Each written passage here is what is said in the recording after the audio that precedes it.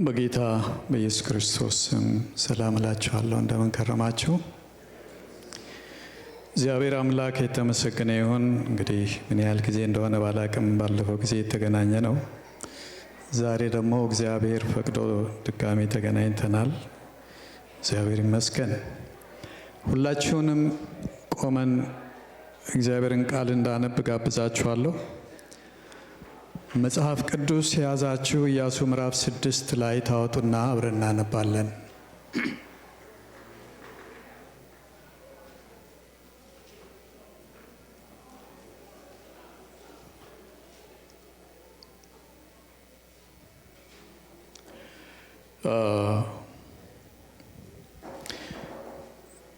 ይህን እንግዲህ አሁን የምናገረውን የሚያውቁት አገልጋዮች ናቸው።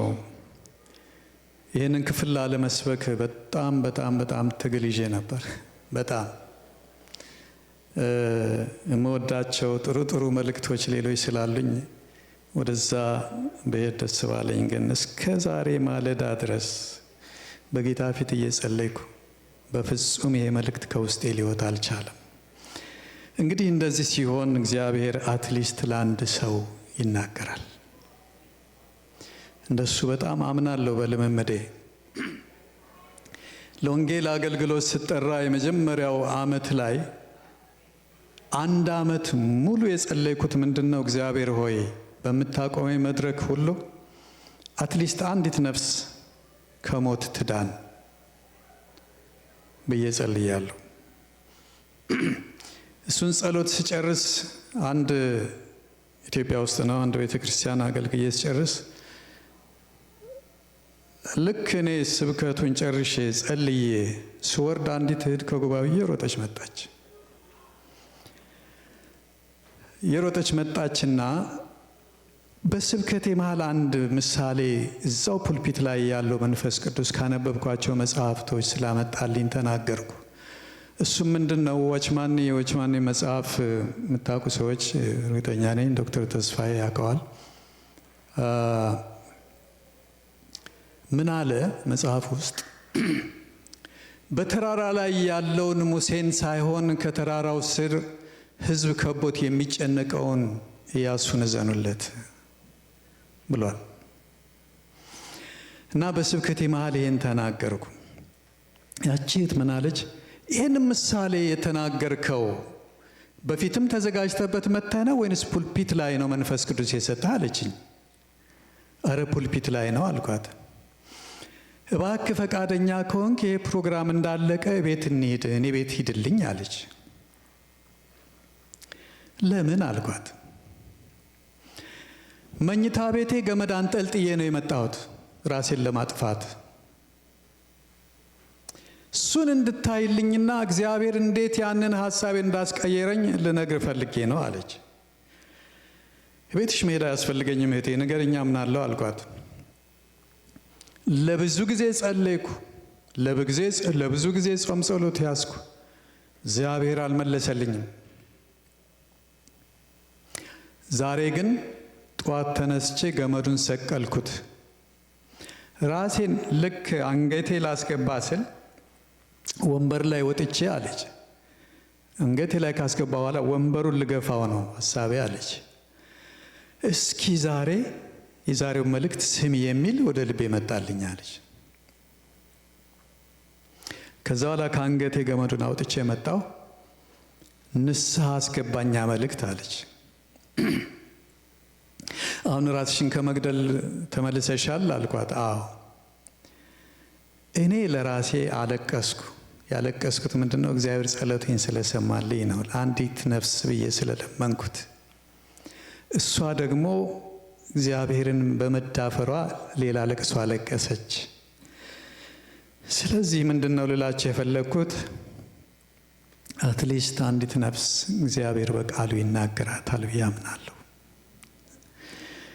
በዚህ በከፈትነው መጽሐፍ ቃል ውስጥ ማለትም ኢያሱ 6 ከ1 እስከ 21 ያለውን በጌታ ስም አነብና ጸልዬ እንቀመጣለን። ኢያሪኮም ከእስራኤል ልጆች የተነሳ ፈጽማ ተዘግታ ነበረ። ወደ እርሷ የሚገባ ከእርሷም የሚወጣ ማንም አልነበረም። እግዚአብሔርም ኢያሱን አለው፣ ተመልከት ኢያሪኮንና ንጉሷን ጽኑዓን ኃያላኑን በእጅህ ሰጥቼሃለሁ። ሰልፈኞቻችሁ ሁሉ ከተማይቱን አንድ ጊዜ ይዙሯት፣ እንዲሁም 6 ቀን አድርጉ። 7 ካህናት 7 ቀንደ መለከት በታቦቱ ፊት ይሸከሙ። በሰባተኛውም ቀን ከተማይቱን 7 ጊዜ ዙሩ። ካህናቱም ቀንደ መለከቱን ይንፉ። ቀንደ መለከቱን ባለማቋረጥ ሲነፋ የመለከቱንም ድምፅ ስትሰሙ ሕዝቡ ሁሉ ታላቅ ጩኸት ይጩሁ። የከተማይቱም ቅጥር ይወድቃል። ሕዝቡ ሁሉ እያንዳንዱ አቅንቶ ይገባባታል። የነዌም ልጅ ኢያሱ ካህናቱን ጠርቶ የቃል ኪዳኑን ታቦት ተሸከሙ። 7 ካህናት 7 ቀንደ መለከት ወስደው በእግዚአብሔር ታቦት ፊት ይሂዱ አላቸው። ሕዝቡንም ሂዱ፣ ከተማይቱን ዙሩ፣ ሰልፈኞችም በእግዚአብሔር ታቦት ፊት ይሂዱ አለ። ኢያሱም ለሕዝቡ በተናገረ ጊዜ 7ቱ ካህናት 7ቱን ቀንደ መለከት ይዘው በእግዚአብሔር ፊት ሄዱ። ቀንደ መለከቱንም ነፉ። የእግዚአብሔርም ቃል ኪዳን ታቦት ይከተላቸው ነበር። ሰልፈኞቹም ቀንደ መለከቱን በሚነፉ በካህናቱ ፊት ይሄዱ ነበር። የቀረውም ሕዝብ ከታቦቱ በኋላ ይሄድ ነበር። ካህናቱም እየሄዱ ቀንደ መለከቱን ይነፉ ነበር። ኢያሱም ሕዝቡን እኔ ጩኹ እስከምልበት ቀን ድረስ አትጩኹ፣ ድምፃችሁንም አታንሱ፣ ካፋችሁም አንድ ቃል አይውጣ፣ በዚያን ጊዜ ትጮኻላችሁ ብሎ አዘዛቸው። እንዲሁ የእግዚአብሔርን ታቦት አንድ ጊዜ ከተማይቱን አዞረው። እነርሱም ወደ ሰፈሩ ተመልሰው አደሩ። ኢያሱም ማለዳ ተነሳ። ካህናቱም የእግዚአብሔርን ታቦት ተሸከሙ። 7ቱም ካህናት 7 ቀንደ መለከት ይዘው በእግዚአብሔር ታቦት ፊት ይሄዱ ነበር። ቀንደ መለከቱንም ይነፉ ነበር። ሰልፈኞችም በፊታቸው ይሄዱ ነበር። የቀሩትም ሕዝብ ከእግዚአብሔር ታቦት በኋላ ይመጡ ነበር። ካህናቱም እየሄዱ ቀንደ መለከቱን ይነፉ ነበር። በሁለተኛውም ቀን ከተማይቱን አንድ ጊዜ ዞረው ወደ ሰፈር ተመለሱ። 6 ቀንም እንዲህ አደረጉ።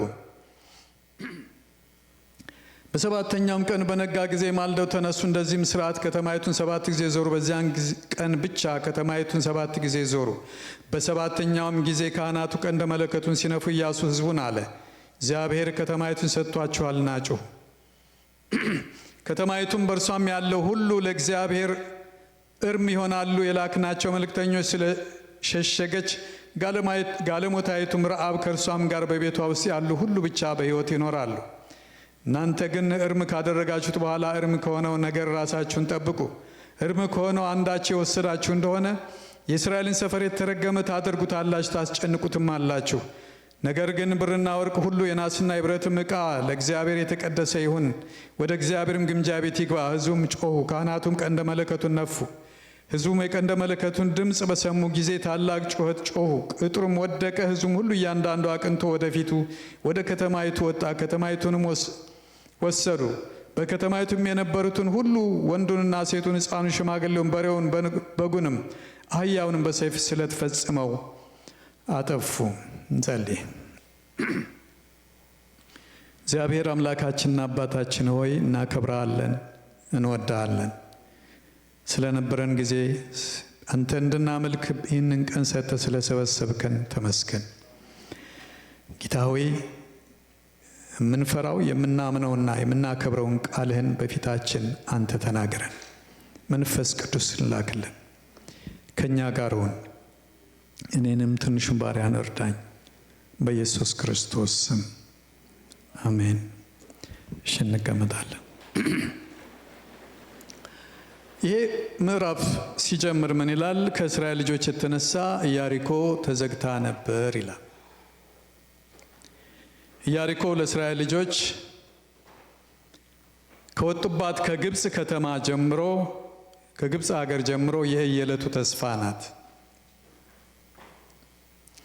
የየዕለቱ ተስፋ ናት።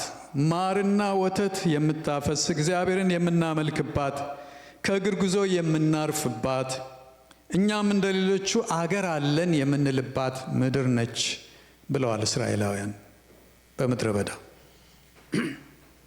ስለዚህ የረፍት ምድር እያሉ ሲያስቧት ኖረው 40 ዓመት ሙሉ ተጉዘው ኢያሪኮ ጋር ሲመጡ ኢያሪኮ ግን ከነሱ የተነሳ ምን ሆናለች ይላል እግዚአብሔር ቃል። አልሰማችሁኝም? ከእስራኤል ልጆች የተነሳ ኢያሪኮ ምን ሆናለች? አይሰማም። ተዘግታ ነበር በሉ እስኪ። ኢያሪኮ ከእስራኤል ልጆች የተነሳ ዙሪያዋ በቅጥር ተዘግቶ ነበር።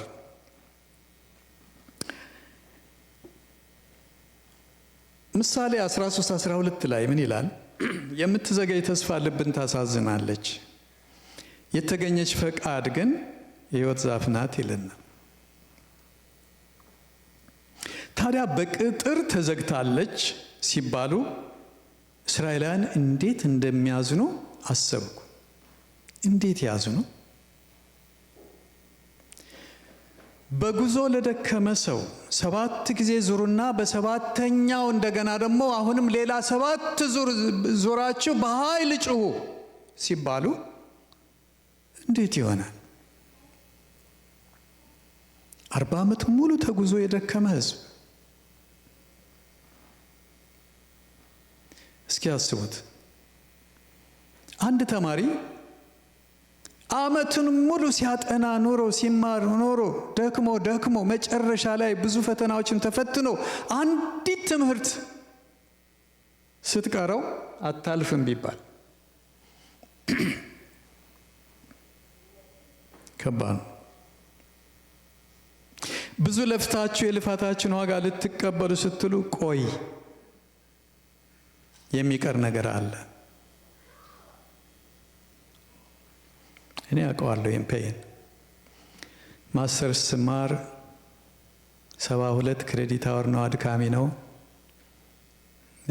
ብዙ ቴዎሎጂ ትምህርት ከማንኛውም ሌሎች ትምህርቶች አድካሚ ትምህርት ነው።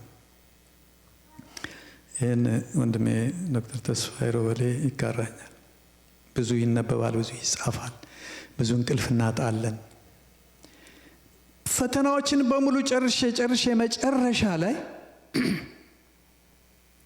ለግራጁዌሽን የሚባል ሪጋሊያ ለመውሰድ ሲሄድ አይ አንተ ገና ነው ተባልኩ።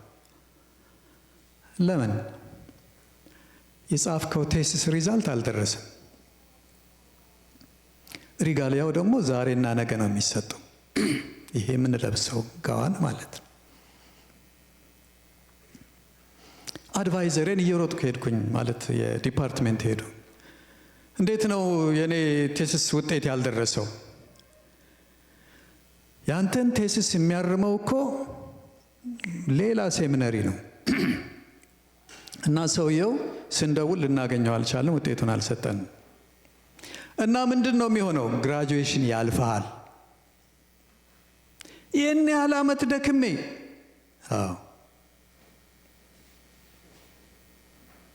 ደግነቱ የሚያርመውን ፕሮፌሰር ቤቱን አውቀው ነበርና ቨርጂኒያ ውስጥ ነው። እየበረርኩ ቤቱ ሄድኩኝ። ሲሄድ ሚስቱ ጋር ቫኬሽን ወጥቶ ከቫኬሽን ተመልሶ ቤቱ ሲገባ ደረስኩ። ሄይ ዶክተር ገሌ እንዴት ነው የኔን ውጤት አርሜ ያልሰጠው? ቫኬሽን ከርሜ በጣም ይቅርታ ሻንጣዬ ውስጥ አድርጌ ይዤው ሄጄ አርሜ ውጤቱን እልክላቸዋለሁ ብዬ ነበረ። በአጋጣሚ እዛ ቫኬሽን የሄድኩበት ቦታ ስደርስ ሻንጣዬ ውስጥ አልከተትኩትም። እና አሁን ምንድን ነው የሚዋጠኝ? ዛሬውኑ ቁጭ ብዬ ሌሊቱን በሙሉ አርሜ ሊነጋ ሲል እልክላቸዋለሁ አለኝ። ኦኬ እንደማንም ደረሰልኝ። ምንድን ነው ግን ልላችሁ የፈለኩት ደክማችሁ መጨረሻዋ ፖይንት ላይ ስትደርሱ አይቻልም የሚለው መልስ እንዴት አድካሚ እንደሆነ። የኢያሪኮ ዙሪያዋን መቀጠር ከእስራኤል ልጆች የተነሳ ነው ይለናል። ግን እግዚአብሔር በጣም የሚገርመኝ እኔ ቃል ይሄ ነው። ዙሪያዋ የተቀጠረችው ከማን የተነሳ ነው? ተስፋ ከሚያደርጓት ሕዝብ የተነሳ ነው። መተው ቅጥሯ በር ላይ ከደረሱት ሰዎች የተነሳ ነው ዙሪያዋን የተቀጠረችው። እግዚአብሔር ለሕዝቡ ሰውሮ ያኖራት ከተማ ትመስላለች። የቅጥሯም ሁኔታ ደግሞ እጅግ ከባድ ነው። እግዚአብሔር ከእናንተ የተነሳ ቀጥሮ የሰወራት ሀብት እንዳለች ማን ያውቃል? የተሰወረች ሀብት ማንም የማይነካት ያላንቺ እንዳለ ማን ያውቃል? አትስጉ። አንዳንድ ሰው ጸሎቱን እግዚአብሔር አልመልስለት ሲል የሚሰጠው ምክንያት አለ። እንዲህ ስለሆንኩ ነው፣ እንዲህ ስላደረግኩ ነው ወይ? እግዚአብሔር ጊዜ አለው።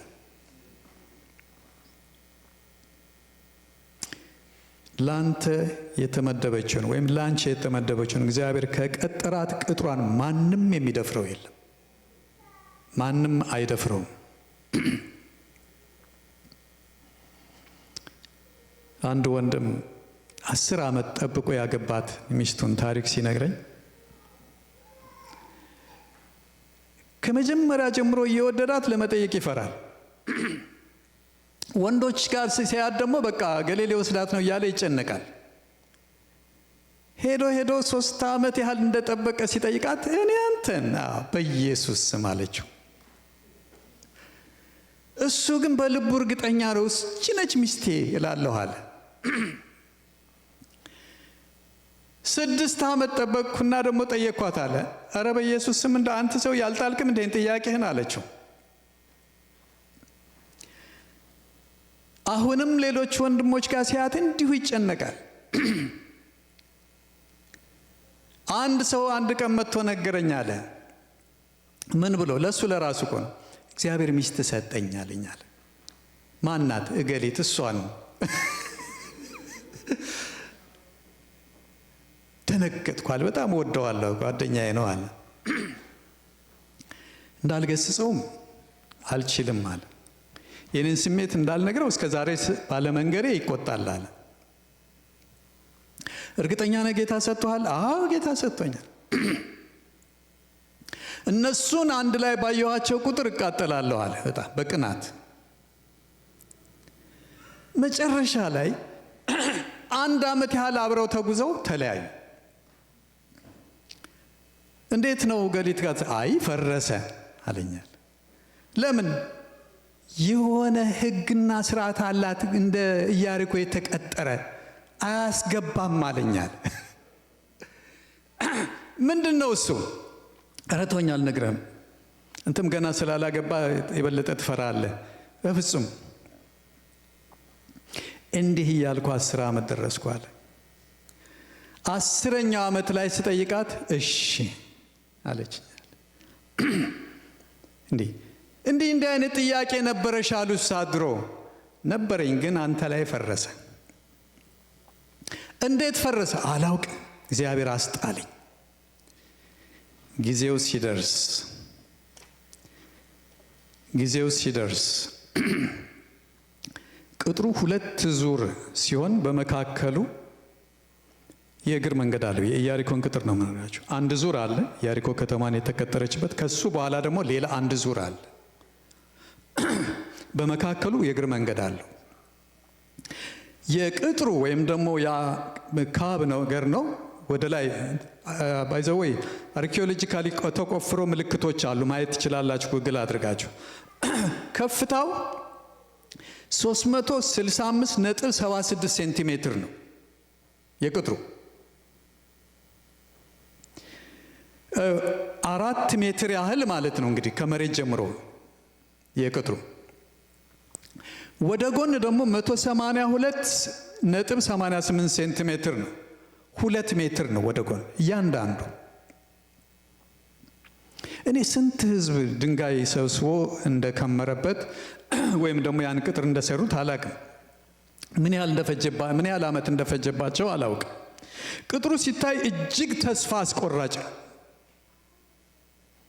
የኢያሪኮ ቅጥር ሲታይ በፍጹም ሊነካ የማይችል የማይበገር በጣም ኃይለኛ ቅጥር ነውና ተስፋ አስቆራጭ። ከባድ ደማሚት ካልሆነ በስተቀር ማንም ሊያፈርሰው አይችል።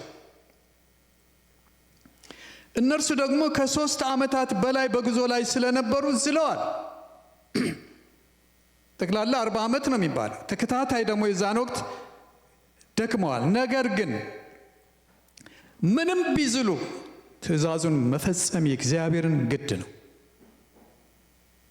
ስሙኝ ይችን ቃል። የእግዚአብሔር ትእዛዝ ያንን ቅጥር 7 ጊዜ መዞር እንዳለባቸው ተነግሯል። 7 ጊዜ መዞር ግዴታ ነው። እግዚአብሔር ብሏልና ይሆናል። እግዚአብሔር ስለ ዓላማው ጨካኝ ነውና አማራጭ መንገድ የለውም። እግዚአብሔር አንድ ነገር እንድታደርግ ካዘዘህ አማራጭ አትፈልግ። አንድ ነገር እንድታደርጊ ካዘዘሽ አማራጭ አትፈልጊ። እግዚአብሔር ነው። ቃሉ ይፈጸም ዘንድ ግድ ነው። በሰባተኛው ቀንደ መለከት ሲነፋ መጮህ ብቻ ነው ትእዛዙ። መከራ በክርስቲያን ሕይወት ውስጥ ወደ ጩኸት ነው የሚገፋው። ጩኸቱ ደግሞ አምልኮ ነው። እግዚአብሔር ከእያንዳንዳችን መመለክን ይፈልጋል። ምን ያህል ጊዜ አላውቅም። ጽዋው ሲሞላ ግን እግዚአብሔር ታሪክን ይቀይራል። ከዚያ በኋላ ይፈርሳል። ትገቡባታላችሁ ተባሉ። ቅጥሩ ሲታይ እንኳን በድምፅ በደማሚትም አይፈርስም ነው የሚባለው። ግን የእግዚአብሔር ቃል ግን የእግዚአብሔር ድምፅ ዝግባንም ይሰብራል፣ ብረትን ያቀልጣል፣ ተራራን ይነዳል። ጌታ ኢየሱስ ክርስቶስ ኮብሏል። ብታምኑ ይህን ተራራ ከዚህ ተነቅለ ወደ ባህር ተወርወር ብትሉት ይሆናል ብሏል። ቅጥሩ ሲታይ እንኳን በድምፅ በደማሚት ሊፈርስ የማይመስል ቢሆንም አንድ ነገር ግን ኢያሱ አምኗል። እሱ ምንድነው? ተናጋሪው ማን ነው? እግዚአብሔር ነው። በቃ ነገር አልቋል። ስለዚህ ያንን ቃል ኢያሱ አምኖ ለሕዝቡ መናገር። ድንጋያማና ወጣ ገባ ያለ ቦታ ነው። እንደ ልብ አያስኬድም።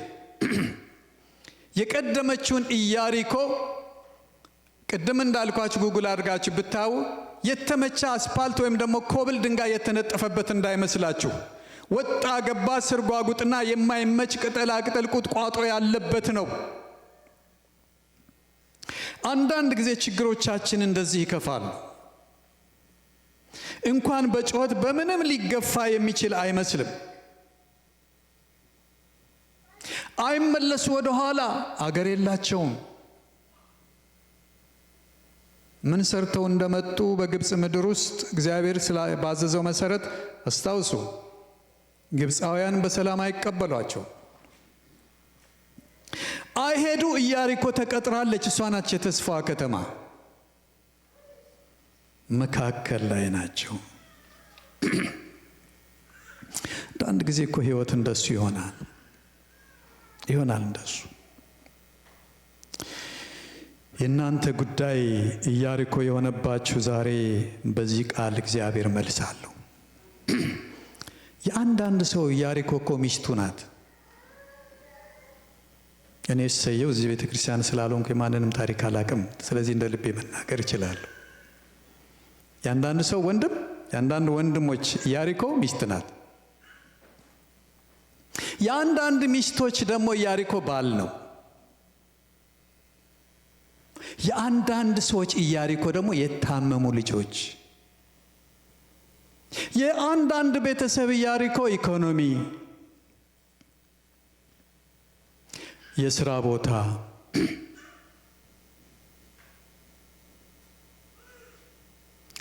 እዚህ ድረስ ከሄድኩ እናንተው አስገቡበት፣ ክፍት ነው ዳሹ።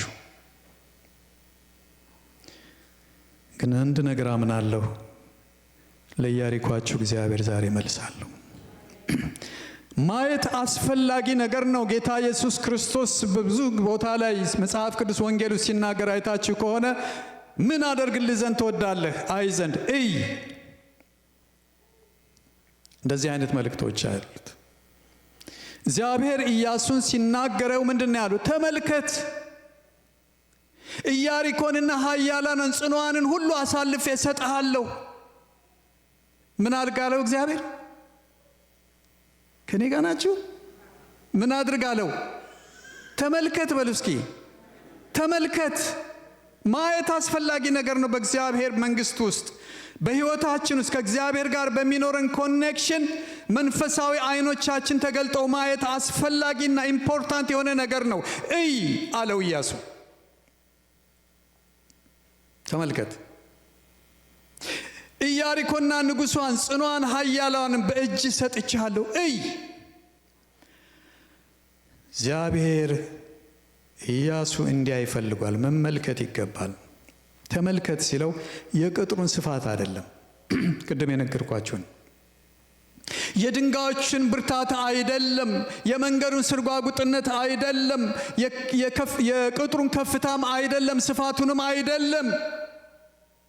እግዚአብሔር እንድናይ የሚፈልገው አንድ ነገር አለ። ይሄ ነው ትልቁ በጸሎት ሕይወታችን ውስጥ እንቅፋት የሚሆንብን ወገኖች። የማይታየውን እናያለን፣ የሚታየውን አናይም። የምናየው ቅጥሩን ነው፣ የምናየው የሚያስፈራውን ነገር ነው፣ የምናየው የማይሆነውን ነገር ነው። እግዚአብሔር ግን የሚለው ነገር አለው።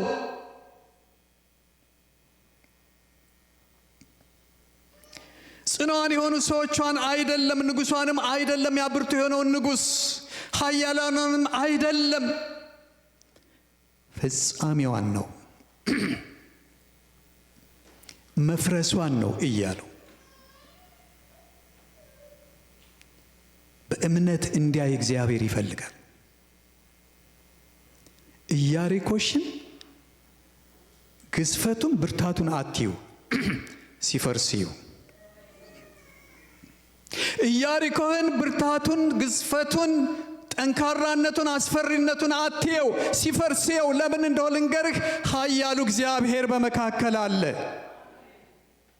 ከእግዚአብሔር የተነሳ የማይፈርስ ቅጥር የለም። ከእግዚአብሔር የተነሳ የማይናድ ኢያሪኮ የለም። እግዚአብሔር እንደሚችል አስብና እየው ሲፈርስ፣ እግዚአብሔር እንደሚያደርግ እመንና እየው ሲሆን። እግዚአብሔር ይችላል። ፍጻሜውን በእጁ ታልፋ መሰጠቷን ነው። የነገውን ዕጣ ፈንታዋን ነው የኢያሪኮን ኢያሱ እንዲያይ የተባለው።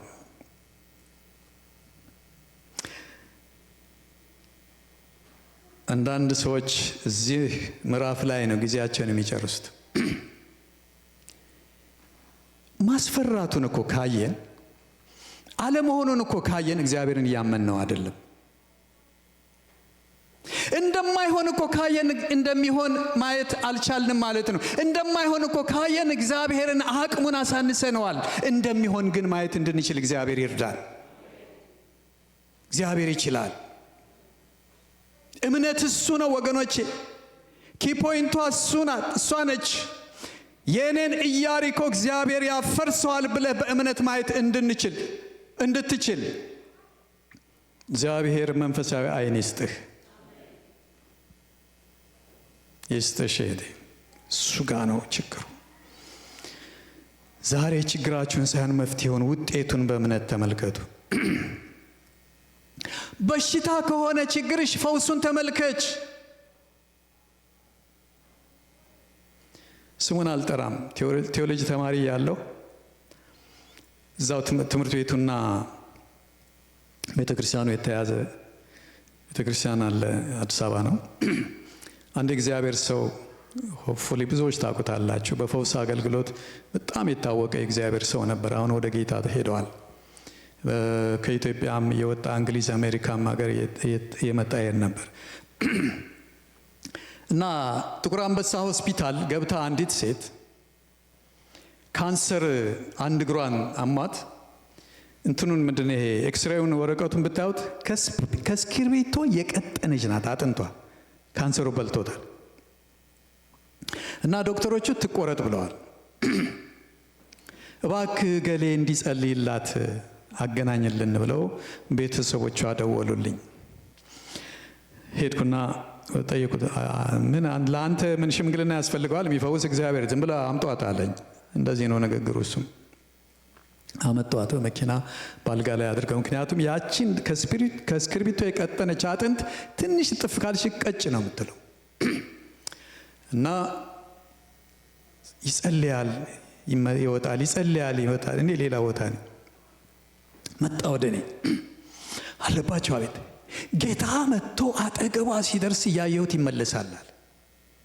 ምን ነው አልኩት። አታምንማ እምቢ አለች። ጌታ ምን ይሆን የሚፈልገው ወገኖች? ለካ የጸሎታችን ዘመን መርዘም ችግሩኛ ነን። ለካ የጸሎታችን መልስ በፍጥነት አለመምጣት ችግሩኛ ነን። ከዛ ሄድኩኝ። የሴትዮዋን ያለዛ ቀን አላቃቸውም። ምንድነው ለምን አይሆንም? እኔ ያድነኝ እንጂ አምናለሁ። አሃ መጀመሪያ መዳን፣ ቀጥሎ እምነት። እግዚአብሔር ግን ለመዳን እምነት ይፈልጋል። ወሰዷቸው፣ ተቆረጡ። የዛን ሰው ግን ጸጋ ባጭሩ ለመናገር በጣም የሚገርመኝ ምንድነው፣ አንድ ጊዜ ቤተክርስቲያን እንደዚህ እየጸለየ 6 አይነ ስውራን እንደዚህ ጋር ተቀምጠዋል። በኢየሱስ ክርስቶስም ሲል 6ቱም አይናቸው በርቶ ሲዘሉ አውቃለሁ። የሚገርም ብዙ ተአምራቶች ይሆን ነበር። እግዚአብሔር ግን የባለቤቱን እምነት ይፈልጋል። የሰማችሁ ነው። የኔና የናንተን እምነት ይፈልጋል። ኢያሱ ኢያሪኮ ቅጥር እንዲፈርስ ከፈለክ ምኑን ጽኗና ኃያላን አይደለም ስትፈርስያት እግዚአብሔር ይችላል ብለህ ፍጻሜዋን እስራኤላውያን ዘለው በአቅጣጫው ሲገቡባት ሲወርሷት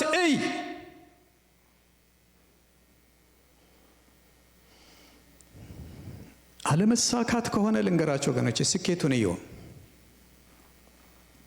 ፈተና ከሆነ ደግሞ ፈተናው ማለፉን እዩት። ማጣት ከሆነ ማግኘትን በቃ ስብከቴን በጊዜው ለመጨረስ ያህል እንጂ ብዙ በእነዚህ በእያንዳንዳቸው ብዙ ምሳሌ ልሰጣችሁ ይችል ነበር። አንድ ብቻ ልጨምርላችሁ። አንዲት እህት ምን አለችኝ? አስጠራችኝ ቤቷ። ሄድኩኝ። ባሌ አንድ ልጄና እኔን ያለ ነው። ልክ እንደዛች ለኤልያስ እንደ አገኛ ሴትዮ በልተናል ልንሞት እንዳለችው ይኸውልህ ግማሽ እንጀራ ነው ያለችም፣ ከዚህ በኋላ 5 ሳንቲም የለንም አለች። ልክ ይህን ሲል የኤልያስ ነገር መጣብኝ። አምጫት እሷን አልኳት።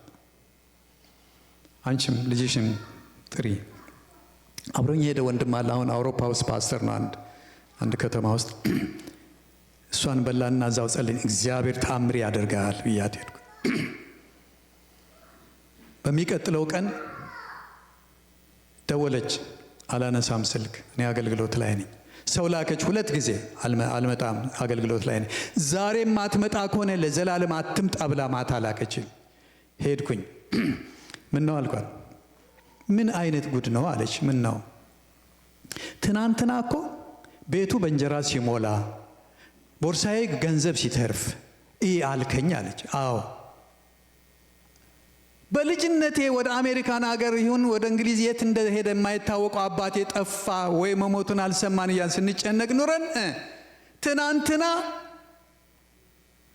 ይህን ያህል ሺህ ብር ላከልኝ እና አግብተሽም ከሆነ ወልደሽም ከሆነ ወደ አሜሪካ ላመጣሽ ፕሮሰስ ቶሎ እንድንጀምር ይህን ሞልታችሁ አምጠዋልኝ። እንዴት በአንድ ጊዜ ይደርሳል እግዚአብሔር አለች። እሰየው እንኳን ደረሰልሽ። ይህን ያህል ዓመት ታዲያ ስጮህ ለምንድን ነው ዝም ያለኝ? አላቅም።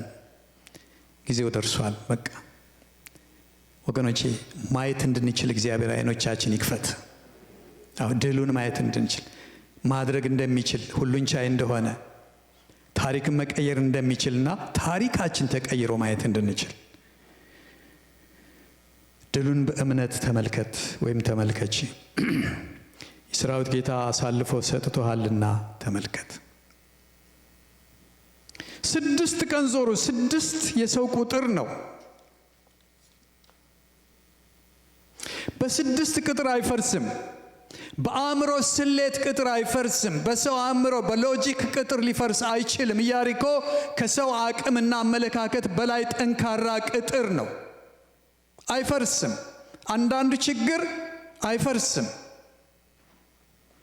አመለካከትህ እዚህ ላይ ነው እንግዲህ መሞት ያለበት። እኔ አልችልም፣ በቃ እኔ አልሆነልኝም፣ ጌታው ያውልህ። ትግሉ፣ ሐሳቡ፣ መፍጨርጨር ሁሉ እዛ ላይ መቆም አለበት።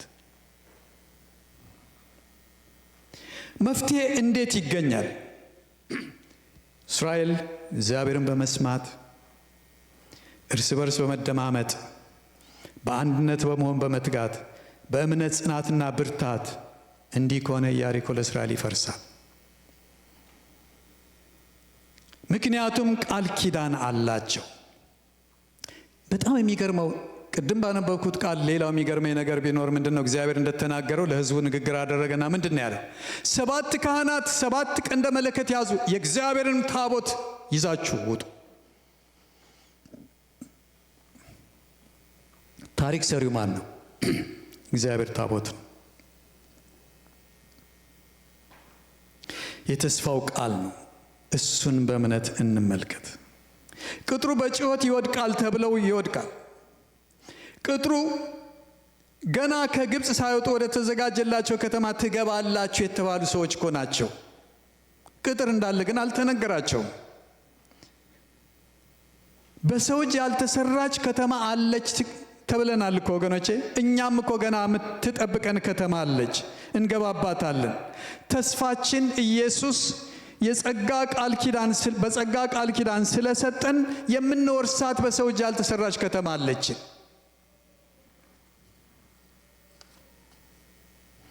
ነገር ግን በየቀኑ ለ6 ቀናት ዙሩ ነው የተባሉት። በየቀኑ አንድ ዙር። ያሪኮን ሲዞሩ የመጀመሪያው 6ቱ ቀን በሙሉ አንድ ቃል እንዳተነፍሱ ነው የተባሉት። ቀንደ መለከት የያዙ ብቻ ይነፋሉ።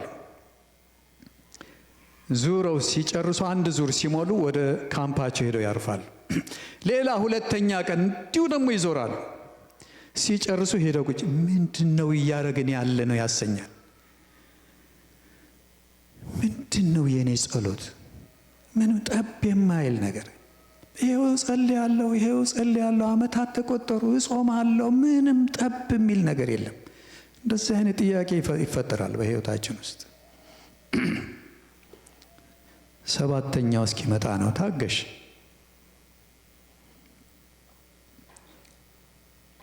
ስንቱ ተስፋ እየቆረጠ ተንጠባጥቦ ይሆን? አሉ እኮ ከኛ ጋር የጀመሩ ብዙዎች የሉም እኮ። በአንደኛው ቀን አትድከሙ፣ በሁለተኛው ቀን አትድከሙ፣ በ3 በ4 በ5 በ6ኛው ቀን አትድከሙ። ወገኖቼ እግዚአብሔር የተናገረው ቃል ይሆናልና በትዕግስት ጠብቁ። እዛው ላይ ቀንደ መለከቱ የመንፈስ ቅዱስ ምሳሌ ነው። በሰው ቁጥር ውስጥ የእግዚአብሔር ኃይል በሙላት አይገለጥም። የኢያሪኮ ቅጥር እንደ ቀይ ባህር በሙሴ አይከፈልም። የኢያሪኮ ቅጥር እንደ ዮርዳኖስ ታቦትን የረገጡ ስለገቡ አይከፈልም። ሁሉም ይጩሁ ነው የተባለው።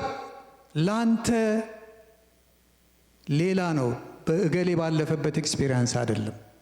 ላንቺም ሌላ ነው፣ እገሊት ባለፈችበት ኤክስፒሪየንስ አይደለም። መግባት ከፈለጉ 7ኛው ቀንደ መለከት እስኪነፋ መታገዝ። 7ኛው ቀንደ መለከት እንዲነፋ ጊዜው ሲደርስ ኢያሱ ይናገራል። ጩሁ ይላል። እሷን መጠበቅ ነው። በኃይል መጮህ ይላል።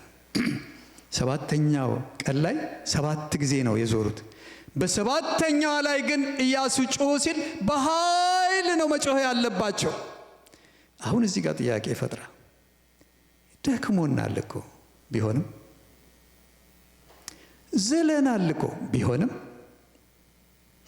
ይህን ያህል ዓመት ስንመጣ ወደ ተስፋ መቁረጥ የተንገዳገድ ነበር። እዛው ባለሽበት መንገዳገድ ጩሂ።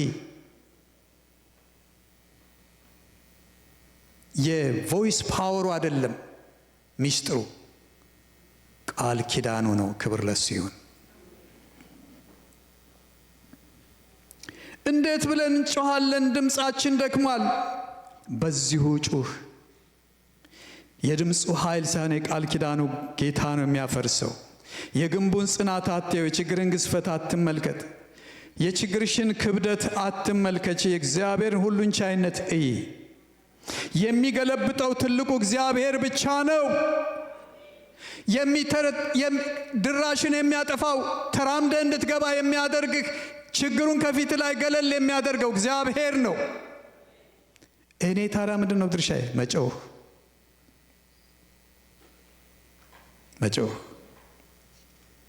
እግዚአብሔር ያፈርሰዋል። ማይፈርስ ኢያሪኮ የለም። እዚህ ጋር ሙሴን አትጠብቂ፣ ኢያሱን ካህናትን አትጠብቅ፣ ጩህ ቅጥሩ ይፈርሳል። እገሌን አትጠብቂ፣ እገሌን ነቢይ እገሌን አትጠብቂ፣ ጩሂ፣ አንቺም የቃል ኪዳን ልጅ ነሽ፣ ቅጥርሽ ይፈርሳል። የሰውን ልምምድ አይጠቅምም። እገሌን አይመስልም ያንተ ነገር። እግዚአብሔር ያንተ አባት ነው። አንተ የእግዚአብሔር ልጅ ነህ። ዲቃላ ልጅ የለውም እግዚአብሔር። አንቺ የእግዚአብሔር ልጅ ነሽ። አንቺን ጸሎት ይሰማል። ለሰው የማይቻል ሁሉ ለእግዚአብሔር ይቻላል። የቃል ኪዳኑ ታቦት ከእነርሱ ጋር እያለ እንኳን የኢያሪኮ ቅጥር ሰማይም ሊፈርስ ይችላል። ወገኖቼ ለምን መሰላችሁ? እግዚአብሔር በመካከላቸው አለ። ቅጥሩን የሚያዝ እግዚአብሔር አለ። ድንጋዩን የፈጠረ እግዚአብሔር አለ። ተራራን የፈጠረ እግዚአብሔር አለ በመካከላቸው። የትም ሂድ፣ ታቦቱ ካንቺ ጋር ነው። የትም ተጓዝ፣ ታቦቱ ካንተ ጋር ነው። ኢየሱስ ነው ታቦቱ። ከእንጨት የተቀረጸ እኮ አይደለም ወገኔ። ማደሪያው እኮ ያንተና የኔ ልብ ነው፣ ያንቺና የኔ ልብ ነው። እግዚአብሔር ለማደሪያው ስፍራ አለው። ክብር ለሱ ይሁን። እኔ እግዚአብሔር ማደሪያ ነኝ በሉ እስኪ። እግዚአብሔር ለማደሪያው ስፍራ አለው በሉ። ስፍራ አለው፣ የሚያስገባበት ቦታ አለው። እግዚአብሔር ቅጥሩን ያፈርሳል። ለምን? ስለ ማደሪያው የሚገደው እግዚአብሔር ብቻ ነው።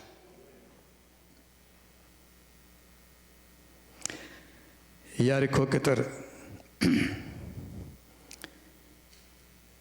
እንዲፈርስ አይሁዶች ወይም ደግሞ እስራኤላውያን ምንድነው የታዘዙት? የመጨረሻዋን የኢያሱን ትእዛዝ ጩሁ ሲል በኃይል ለመጮህ ጆሮአቸው ለመስማት የነቃ ነበረ። ኢያሱን ለመስማት ጆሮአቸው የነቃ ነበረ። ያቺ ሞመንት፣ ያቺ ደቂቃ እንዳታመልጣቸው። ጩሁ ሲባል ወደ ኋላ እንዳይቀሩ፣ ሁሉም በአንድነት እንዲጮህ፣ ቅጥሩ እንዲፈርስ ለመስማት እግዚአብሔር ጆሮአችንን ይፈልገዋል። ለመስማት የነቃን እንሆን። ዛሬ ጩኸቱ ብዙ ነው። በዚህ ያለንበት ዓለም ውስጥ ዩቲዩቡ ይጮሃል፣ ፌስቡኩ ይጮሃል። ጆሮአችን ለእግዚአብሔር የተከፈተ ይሁን ወገኖቼ።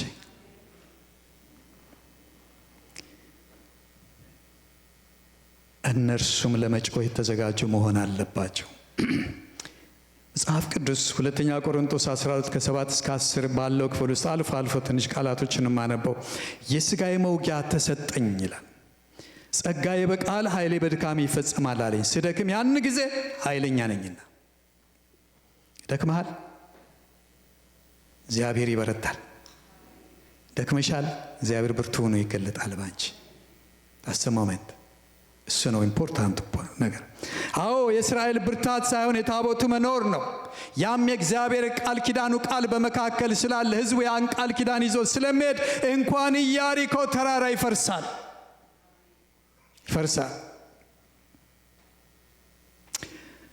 ነው ከዚህ በፊት ነግራችሁ እንደሆነ ብደግመውም አይከፋኝም። አንድ ሰባኪ ነው ሲናገር የሰማሁት ቆይቷል። አንድ ጎልማሳ በእግዚአብሔር ፊት ባርከኝ እያለ ይጸልያል አለ። ጾም ጸሎት ይዞ ባርከኝ ያለ ቤቱን ዘግቶ ሲጸልይ የቤቱ ፊት ለፊት ትልቅ ቋጥኝ ድንጋይ አለ እና እዛ የሚጸልይባት ቤት ይመጣና ውጣና ይሄንን ቋጥኝ ግፋው ይለዋል። ጧት ተነስቶ ይገፋል። ንቅንቅ አይልም። እንኳን እሱ እኮ ግሬደርም ቢመጣ የሚገፋ ቋጥኝ አይደለም፣ ግን ግፋ ተብሏል።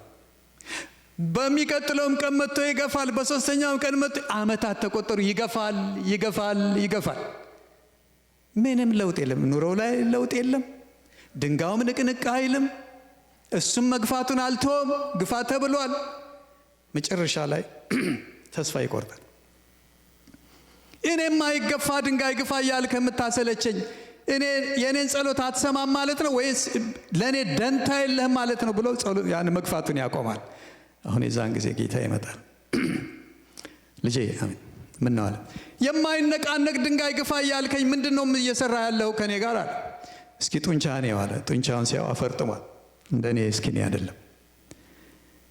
ይኸውልህ ይህንን ድንጋይ ስገፋ ሰውነት አፈረጠመ። አሁን ከዚህ በኋላ የመጣው ማዕበልና ንፋስ አንተን አይነቀንቀም። ብርቱ ነህ። መበርታትን፣ ጉልበት ማግኘትን ነበር ነው የምፈልገው እንጂ ድንጋዩስ በእኔ ቃል ነው የሚፈርሰው። ልቀቅ ሲለው ድንጋዩ ተገለበጠ። ገብቷችኋል? በሕይወት ልምምዳችሁንስ እግዚአብሔር ሰውሮ የሚሰራው ስራ ለእኔና እናንተ ውስጥ የመጀመሪያው ነገር ምንድነው? ስር ሰደን በእግዚአብሔር መጠንከራችንን እግዚአብሔር ይፈልጋል። ጊዜው ሲደርስ ግን ቋጥኙን እግዚአብሔር ያንከባለዋል።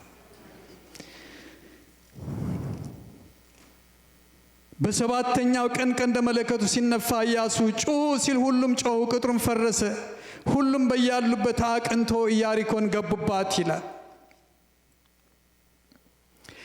የጦር ዕቃችን ለሥጋዊ አይደለም፣ ምሽግን ለመስበር ግን በእግዚአብሔር ፊት ብርቱ ነው። የሰውንም ሐሳብ በእግዚአብሔር እውቀት ላይ የሚነሳውን ከፍ ያለውን ነገር ሁሉ እናፈርሳለን ይላል።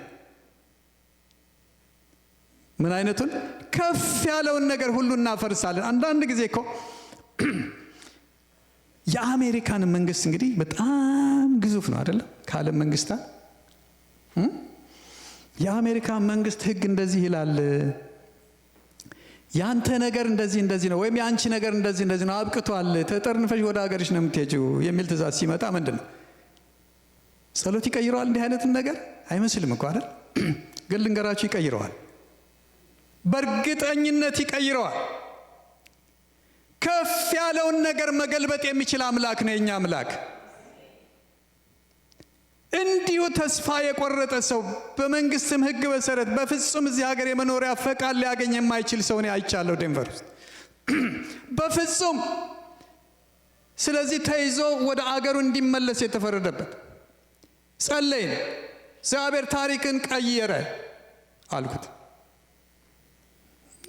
ያለቅሳል፣ ትልቅ ሰው ነው። እዛ ከ3 ቀን በኋላ ደወለልኝ።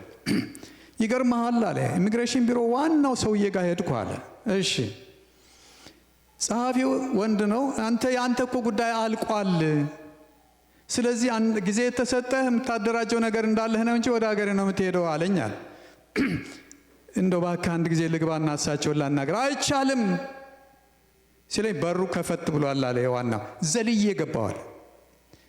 ዘልዬ ስገባ የሮጠ ተከትሎኝ ተመለስ ሲል ቶ አለ። ቁጭ በል እስኪ ምን ሆነህ ነው?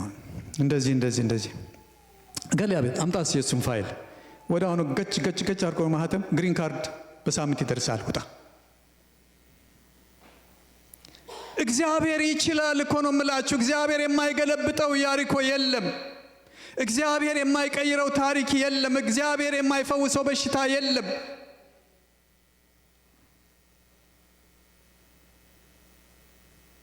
አዎ ከኛ ጋር ያለው እኮ ኃያልና ብርቱ ነው ወገኖች። ከፍ ያለውን ነገር ማፍረስ ይችላል። የኢየሱስ ስሙ ብርቱ ነው። እኔ ሶፍትም ምንም ሲወድቅ እንደቀላል ነው ጂሰስ እያቀለል ነው እንጂ ኃይለኛ ስም ነው። ክብር ለሱ ይሁን። በእግዚአብሔር ፊት በጸሎት ስንንበረከክ ለመጮህ ስንዘጋጅ ወገኖቼ አንድ ነገር ልንገራችሁ፣ የሚፈርስ ነገር እንዳለ እያሰብን እንበርከክ። የነ ኤልያስ ልዩ የሰው ፍጥረት አይደሉም፣ ግን ይሄንን ስለሚያምኑ ነው በእነሱ ዘመን ታሪክ የሆነው። በረከከው በእግዚአብሔር ፊት ነው። የሚፈርስ ነገር አለ፣ የሚነቀል የሚተከል ነገር አለ ብለው ነው የሚንበረከኩት። ያም ይሆናል። ያ ታቦቱ ኢየሱስ በስሙ የምንጸልየውን ሁሉ እንዲሰማልና ራሱ እንደሚያደርገው እኮ ነግሮናል። እኔ አደርገዋለሁ እኮ ነው ያለ። እኔ አደርገዋለሁ። ሰው እኮ አይደለም፣ ጌታ እኮ ነው ያለው። የእምነት ጸሎት በስራዋ እጅግ ኃይል ታደርጋለች። የልጅን ጥያቄ አባት ይሰማል አይሰማም? የልጅን ጩኸት አባት የማይሰማ ከሆነ አባት አይደለም። ግን እግዚአብሔር ከዛ በላይ ይሰማል። የኢያሪኮ ሰዎች እስራኤላውያንን ሲመጡ አይተዋል። በሁለቱ ቅጥር መካከል ይራመዳሉ። ኢያሪኮ ሰዎች በሁለቱ ቅጥር መካከል የተራመዱ አይተዋቸዋል። ከመጨረሻው ቅጥር ጀርባ ግን አይሁዶች አሉ። የእነሱም ቢልታ ሲነፋ ምን እንደሚሉ መጽሐፍ ቅዱስ ላይ አልተጻፈም። ግን ምናልባት እኔ ይመስለኛል የሚያፌዙ የሚስቁ ይመስለኛል። ምን አይነት ጅል ህዝብ ነው! ይህንን ቅጥር ምን ሊያደርጉ ነው አሁን ጥሩምባ የሚነፉት? እንድንወጣላቸው ነው? አንወጣም። ይህንንስ ማን አልፎ ይገባል? አንዳንድ ጊዜ ጸሎታችን ተስፋ የሚያስቆርጡ እንደዚህ አይነት ድምጾች ሊመጡ ይችላሉ። አንድ ቀን እምቢልታ፣ 2 ቀን 3 ቀን ፌዙ እየጨመረ ይመጣ። አሁንም ይጮሃሉ፣ ይሄው 4 ቀናቸው። አሁንም ይጮሃሉ፣ ይሄው 5 ቀናቸው። አሁንም ይጮሃሉ፣ ይሄው 6 ቀን ሆናቸው። ጅሎች ናቸው፣ በሽተኞች። ይህ ሁሉ ህዝብ እንዴት በሽተኛ ይሆናል መስለዋል። 7 ቀን አይናቸው ያልየ ብትን ኢያሪኮ የት ይግቡ? የእግዚአብሔር ቃል ቅጥርን ያፈርሳል። ክብር ለሱ ይሁን።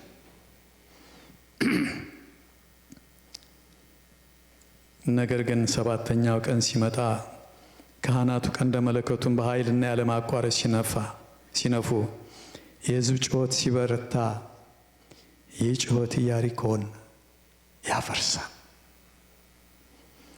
የጠላት ተግዳሮት ይፈርሳል። ኢያሪኮ ይፈርሳል።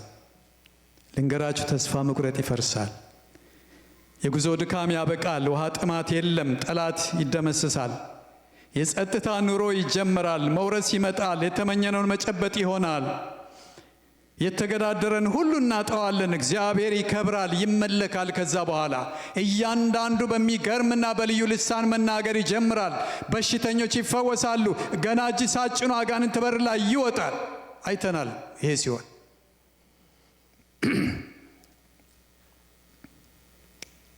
10 ዓመት ተጉዘሃል በጌታ ቤት።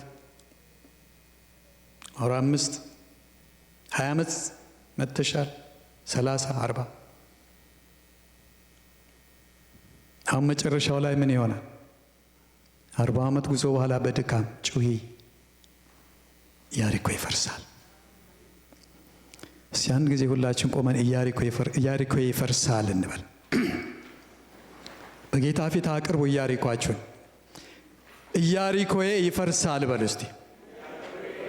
ይፈርሳል። በእምነት ተናገር ወገኖቼ። ሲፈርስ እዩት እስኪ። ኢያሪኮአችን ይፈርሳል። አው ጸልዩ። ፓስተር ዳንኤል ወደዚህ ና እና ጸልይልን። ኢያሪኮ ይፈርሳል።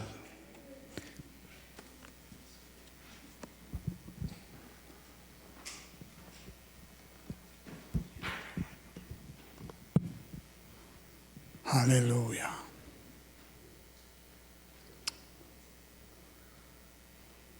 ዛሬ እግዚአብሔር ምናልባት ይሄ ለኛ 7ኛ ቀን ሊሆን ይችላል። በምንም አይነት ሁኔታ ውስጥ ያለን ሰዎች ብንሆን እግዚአብሔር እንደተናገረ እንደ ቃሉ እንደዚሁ የሚያደርግ ታማኝ አምላክ ስለሆነ እንድናደርግ የተጠየቅነው መጮህ ብቻ ነው። ሌላ ኮንዲሽን የለም። ስለዚህ በእግዚአብሔር ፊት እንጸልያለን። ሃሌሉያ። እግዚአብሔር ተናግሮናል። ምንም አይነት ነገር በፊታችን ቢኖር፣ ምንም ነገር እየተሰማን ቢሆን፣ የኛ ስሜት ሁኔታውን ቢሆን ጩህ ያለው ጌታ የታመነ ነው።